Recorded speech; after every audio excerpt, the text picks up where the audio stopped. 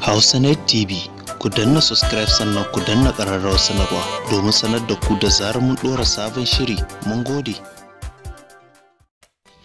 Maraba da kasancewa tare da mu, sannan mu da ƙara saduwa a cikin sabon shirinmu na labaran Kannywood.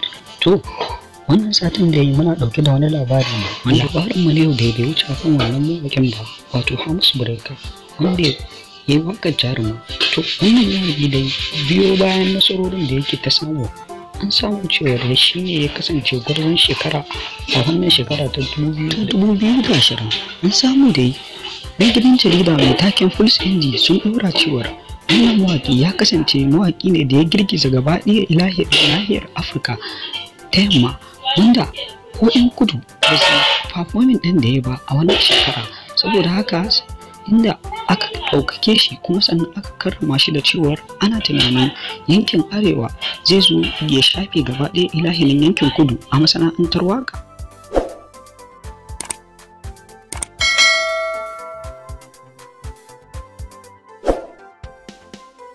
Biyo bayan wannan nasarori da wannan mawaƙi ke ta samu, shi ne mawaƙin har kullum fatan shi masoyinsa su kasance suna ci gaba da bibiyar shi kuma suna ci gaba da kasancewa tare da shi a inda yake ƙara dangon zumunta tsakaninsa da su.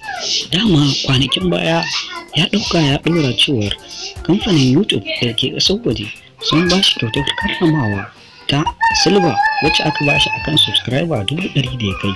To, mu dai fatan mu har kullum wannan mawaƙi ya ci gaba da ɗaukaka, sannan ya ci gaba da sa musu yanci a cikin farin ciki, sannan mu ma muna mai son barka da kuma Allah sai alkhairi da wannan nasarori da yake ta samu.